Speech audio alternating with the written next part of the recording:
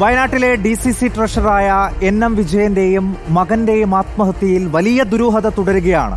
MLAയും മുൻ DCC പ്രസിഡന്റുമായ IC ബാലകൃഷ്ണന് നേരെയാണ് ഇപ്പോൾ ആരോപണത്തിന്റെ മുന നീളുന്നത്.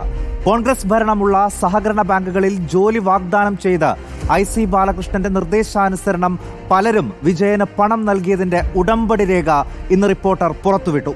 നിയമനം ലഭിക്കാതായതോടെ വിഷയത്തിൽ ഇടപെടണമെന്നാവശ്യപ്പെട്ട് NM വിജയൻ KPCC അധ്യക്ഷന് അയച്ച കത്തും റിപ്പോർട്ടറിന് ലഭിച്ചു.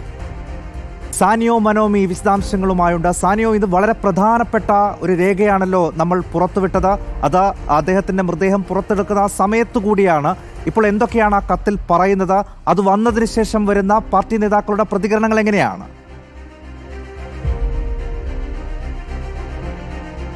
അതായത് ആരോപണങ്ങളുടെ മുൻ DCC പ്രസിഡന്റും നിലവിൽ MLAയുമായ IC ബാലകൃഷ്ണനിലേക്ക് തന്നെയാണ് എന്നതാണ്. ഇന്ന് നമ്മൾ പുറത്തുവിട്ട രേഖകൾ പ്രകാരം ഒരു മുദ്രപത്രത്തിന്റെ കോപ്പി ഉണ്ടായിരുന്നു. അതിലുണ്ടായിരുന്നത് പ്രധാനമായും NM വിജയൻ വഴി IC ബാലകൃഷ്ണന് വേണ്ടി ഒരു പീറ്റർ എന്ന് പറയുന്ന അധ്യാപകൻ പണം കൊടുത്തു എന്നുള്ളതാണ്. 30 ലക്ഷം രൂപയാണ് കൊടുത്തത്. അദ്ദേഹത്തിൻ്റെ മകന് നിയമനത്തിനായി 3 ബാങ്കുകളിൽ, കോൺഗ്രസിൻ്റെ നിയന്ത്രണത്തിലുള്ള 3 സർവീസ് സഹകരണ ബാങ്കുകളിൽ നിയമനം ലഭിക്കുന്നതിനായാണ് ഈ പണം കൊടുത്തത്. ഈ നിയമനം ലഭിച്ചില്ല എങ്കിൽ ഈ പണം തിരികെ കൊടുക്കും, കൂടാതെ 7% പലിശയും കൊടുക്കാമെന്നുള്ള ഒരു കരാർ പ്രകാരമായിരുന്നു.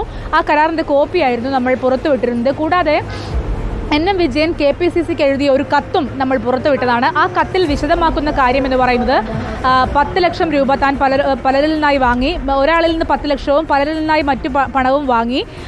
അത് ഓഫീസ് ആവശ്യങ്ങൾക്കും DCC ഓഫീസിൻ്റെ ആവശ്യങ്ങൾക്കും മറ്റുമാണെന്നാണ് പറഞ്ഞിരുന്നത്. പക്ഷേ ആ ആവശ്യങ്ങൾ നടപ്പാക്കുകയോ അല്ലെങ്കിൽ ഈ നിയമനം നടക്കാത്തൊരു സാഹചര്യം ഉണ്ടാവുകയോ ചെയ്തു.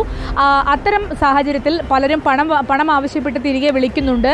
ഈ ഒരു വിഷയത്തിനൊരു പരിഹാരം ആവശ്യപ്പെട്ടുകൊണ്ട് 2019 എഴുതിയ KPCCക്ക് എഴുതിയ കത്തുമാണ് പുറത്തുവിട്ടത്.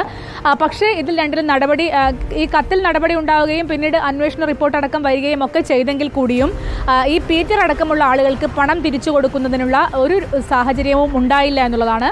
മാത്രവുമല്ല 7ഓളം ആളുകൾ വേറെയും പണം ഇത്തരത്തിൽ നഷ്ടപ്പെട്ട ആളുകളുണ്ട് എന്നാണ് മനസ്സിലാക്കുന്നത്.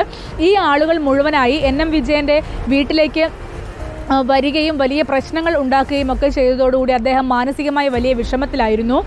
അങ്ങനെയാണ് ആത്മഹത്യയിലേക്ക് എത്തിയത് എന്നുള്ളൊരു നിഗമനമാണ് ഇപ്പോൾ മനസ്സിലാക്കുന്നത്. ഏതായാലും നേരത്തെ അടക്കം CPM ഈ കാര്യത്തിൽ വലിയ പ്രതിഷേധവുമായി രംഗത്തേക്ക് വരികയാണ്. CPM പറയുന്നത് നവീൻ ബാബുവിൻ്റെ ആത്മഹത്യ അടക്കം വലിയ വിഷയമാക്കി കൊണ്ടുവന്നതാണ് കോൺഗ്രസ് അടക്കമുള്ള ആളുകൾ. അപ്പോഴാണ് ഇത്തരത്തിൽ പണം വാങ്ങിയതിൻ്റെ പേരിൽ 2 പേർ നിരാശരായല്ല 2 പേർ മനംനൊന്ത് ആത്മഹത്യ ചെയ്യുന്നത് എന്നുള്ളതാണ്. മാത്രവുമല്ല ഈ NM വിജയന്റെ പേരിലുള്ള ആത്മഹത്യാക്കുറിപ്പ് കോൺഗ്രസ് പ്രവർത്തകർ എടുത്തുമാറ്റി എന്നുള്ള ഗുരുതരമായ ആരോപണം കൂടി CPM മുന്നോട്ട് വയ്ക്കുന്നുണ്ട്.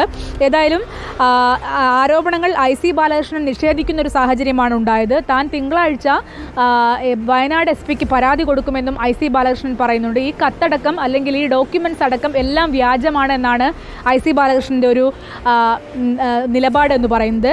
കത്തിനെ കുറിച്ച് അറിയില്ല എന്ന് മാത്രമായിരുന്നു പ്രതിപക്ഷ നേതാവ് VD സതീശന്റെ ഈ വിഷയത്തിലുള്ള പ്രതികരണം എന്ന് പറയുന്നത്. കേസിൽ സമഗ്ര അന്വേഷണം വേണമെന്നും KPCC അന്വേഷിക്കണമെന്നുമായിരുന്നു DCC പ്രസിഡന്റ് അപ്പച്ചന്റെ ഒരു പ്രതികരണം.